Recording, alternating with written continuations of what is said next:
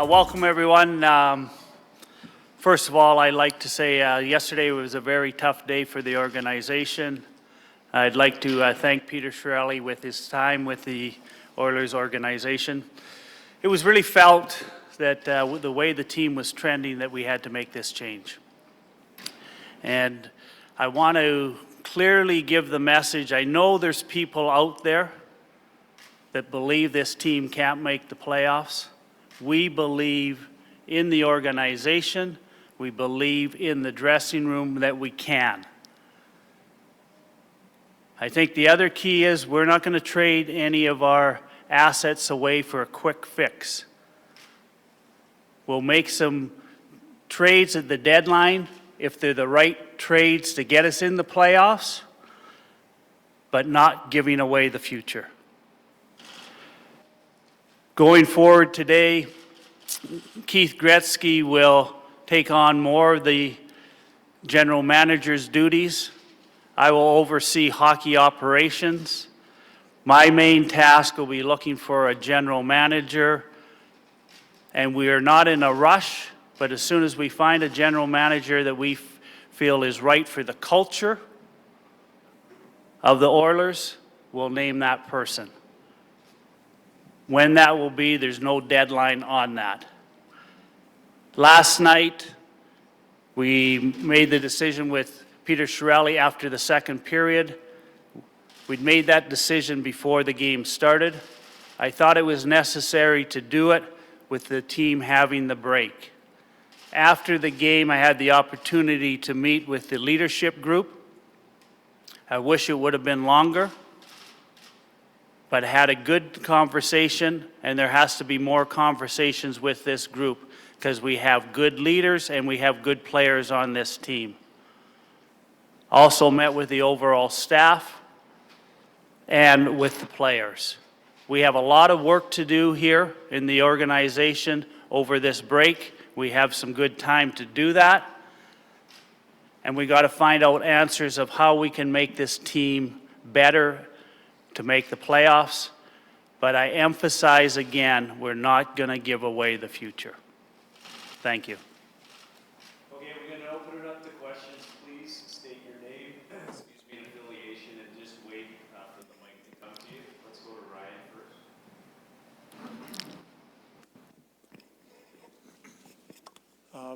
first. Bob, was there a tipping point in the last period of time in which you were making this decision that you decided this had to be done mid-season, which generally is rare? Yeah, I think the key thing is just the way our team started to play again. We made a coaching change. When we made the coaching change, I really thought the team played well. We saw that we have it within the players in the dressing room to play at a top level in the league. We'd slipped again. Some of the moves that we've made have not worked, and I felt that Peter had done everything that he could to make this team better, and so we needed a new direction. So we've been talking about it for the last few days. The decision was made before last night. Well, Mark Spector, Sportsnet. If you've been thinking about this for a few days, it would predate the Koskinen deal. I would ask, how much oversight was there on that Koskinen deal, and did you give a GM with 2 days left in his tenure the flexibility to make that deal all by himself? Peter did not make that deal all by himself. This deal really started when we got together with our pro scouts in Palm Springs in our meetings. We looked at the depth of the goalies that would be available at the next year. We really believe in Mikko. We had to make a decision between Mikko and Cam. We made that decision to go with Mikko and sign him to a 3-year deal. Cam Talbot is still a big part of this team, and he's been a great teammate, and we hope that Cam will continue to play well for the team. Yeah. Terry Jones, Edmonton Sun and Journal. Can you back us up to the when you basically delivered the word to Peter? Did you say second period? Yes, I called Peter, went and met with Peter, and we did it after the second period for 2 reasons. One, I thought it was right that Peter would have the chance to leave the building in the way that he saw fit. I can tell you that I had a good conversation with Peter. He was very professional about it. I've already had a couple of texts back with Peter. But the focus for me was to be able to get in front of the staff and to get in front of the leadership group and the players before they went on break, and we did that last night. Are you suggesting that if the team had got off to a different start in the game, you might have delayed the day or something? No, the decision was made before the game started.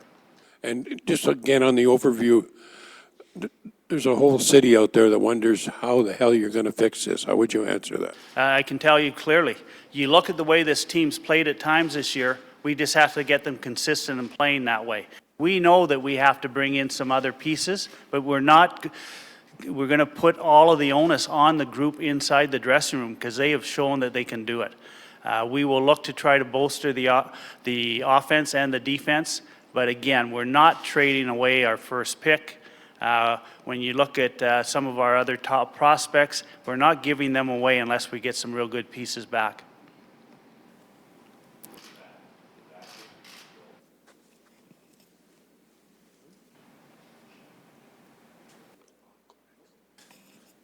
Hi, Rafi Bujikanyan, CBC News.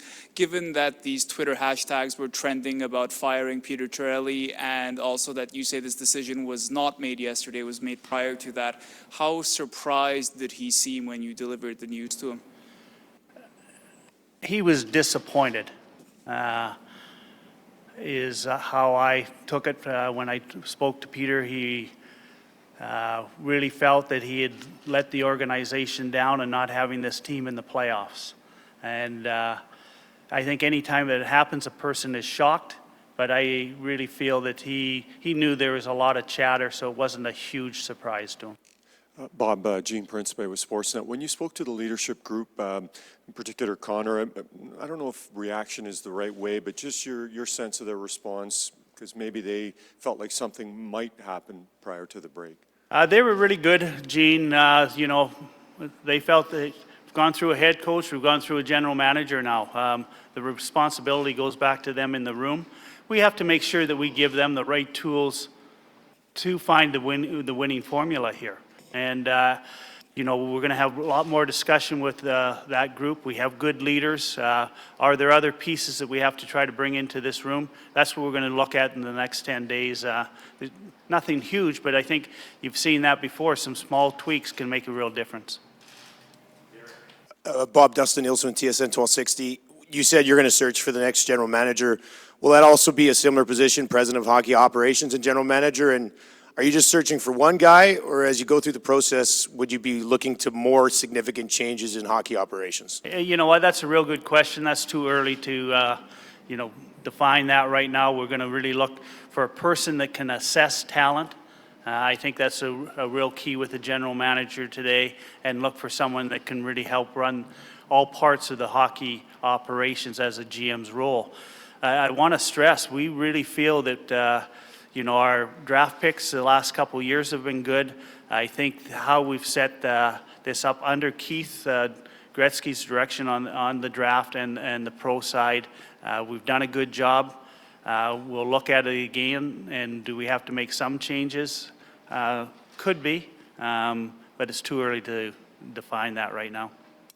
Bob, Derek Van Diest, Edmonton Sun, Edmonton Journal. I just want to ask about Keith Gretzky's role. Does he have now autonomy to go out and make trades, or is this a group thing? Does he have to come talk to you? Does he have to come talk to other people? How are you guys going to approach the deadline and go on? Real good question. Keith is going to be the key point person for it, but we're going to use all our assets before we make any types of deals. But Keith will lead that. I'll be in conjunction with myself, but we'll be talking to all our pro scouts and our amateur people before we make any type of deal. Hi, Bob. Rob Tichkowski, Edmonton Sun and Journal. In the last 10 years, this team's had 8 different head coaches. This will be their 4th general manager. It seems like the problems run much deeper than head coach and general manager. Why can't this organization get it right? You know what? I think your point there about just changing is dead on. And that's why I'm not going to be in a real rush to get a general manager. We have to get the right one. And if that takes us some time, because we have to look at all parts of this organization. I want to emphasize again, we got some real good players. We've got some real good staff. But There's something in the water here in Edmonton that we don't have right, and we got to get that figured out. And the way that you figure that out is you talk to people. I'm going to try to open up more doors in all aspects of this organization to find out those little things that just haven't been fixed over the last number of years for us not being in the playoffs. We saw it 2 years ago. It was a blip, but there are some key parts in that we got to make sure that we save here. And I really believe when I watch this team through games this year, we can be a real good team. But we just haven't shown it, and we haven't shown it consistently. So what is that? We need to make sure we got the right chemistry in the room, the right character in the room to bring the best out of all of our players. Bob, Adam Cook, CTV Edmonton. Just pointing to that, what's in the water, what's the solutions here? And there's a perception from the fan base, accurate or not, that this is a team that kind of hangs on to the glory days, and there's still some prominent figures from those glory days that are behind the scenes helping to make key decisions. And the fans think, well, here we go again. Maybe it's time for another fresh set of eyes, but it seems to be a perception problem for this team. How do you tackle that? Are you aware of that? Yeah, you know what? I'm into 3.5 years in my role here, and I hear that all the time. You know, it's the old guard, the Oilers of the 80s that are making the decisions. That's not true at all. You know, Peter Chiarelli was the president and GM of this hockey team. We gave him the authority to make those decisions. He brought in majority of his own staff. We have people that from those days are in the organization. Kevin Lowe is so important to this organization, but Kevin Lowe hasn't been in hockey operations decisions. Kevin Lowe is a leader, and he's leading us now in different parts of the organization. But it's a perception that's out there that they think they are. I can tell you and tell all the fans that's not true. Bob, Min Darwal, CBC Edmonton.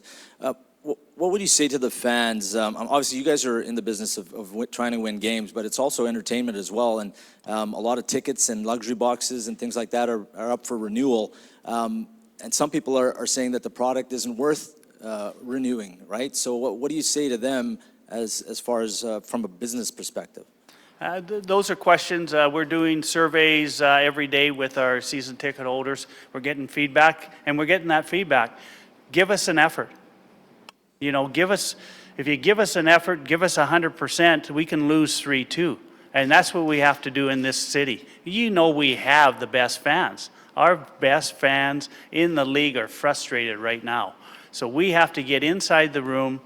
No matter what the talent is, we have to have a better effort in and day out, and that's what our goal is going to be going forward, and that's what we have to get fixed here in the next 10 days as we get into a playoff run.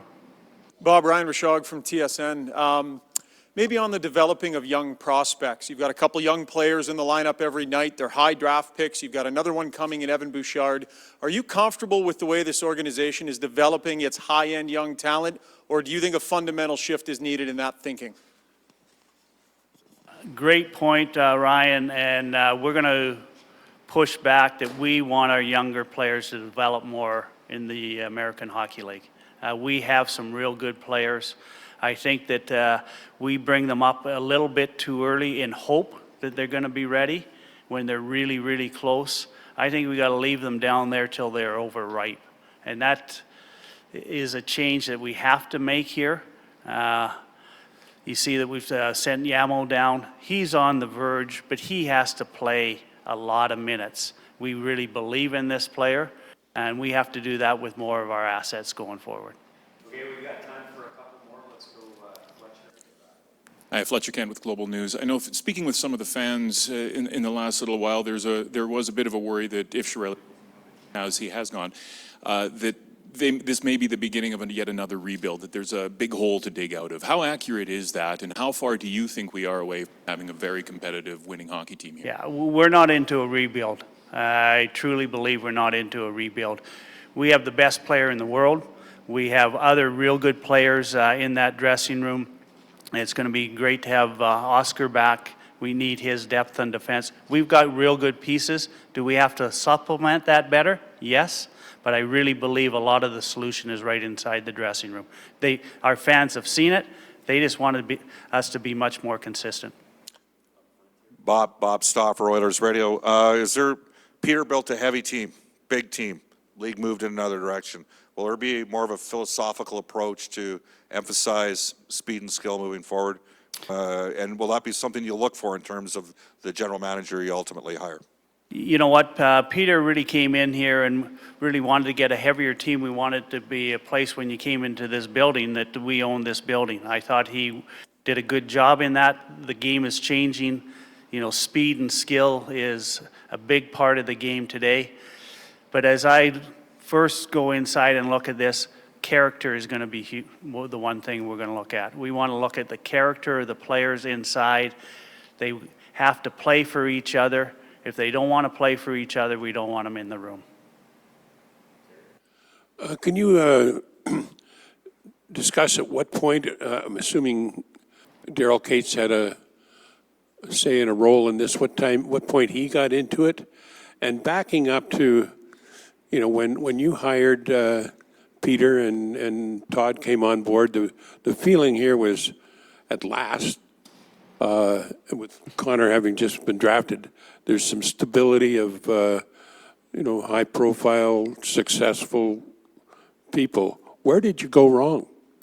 You know what? I think you roll that back. You're right, Jonesy. When we made the announcement and they're sort of back-to-back, and Peter and Todd, they thought we'd really changed the page. I thought the team did progress. We made it into the playoffs, and then we fell back. And we're not back to where we were because we have a lot of better assets today than we had back then. We're going to do the same type of search here. First of all, for a general manager on who can be the best general manager for the players of today. The league has changed again. It's different than what it was 3.5 years ago, and we have to make sure that we get the person that we feel fits right for this team and right for this city. Bob, Tim Campbell, NHL.com. How will Ken Hitchcock's role change, if at all, going forward? Ken's will not change. We made the statement when Ken Hitchcock was hired that he is the head coach till the end of the year, and we're not talking to Ken on any other positions until the end of the year. Ken Hitchcock is the head coach. Anytime that you have the head coach, he has to be the key guy responsible for what goes on in the room day to day, and that'll continue throughout the rest of the year.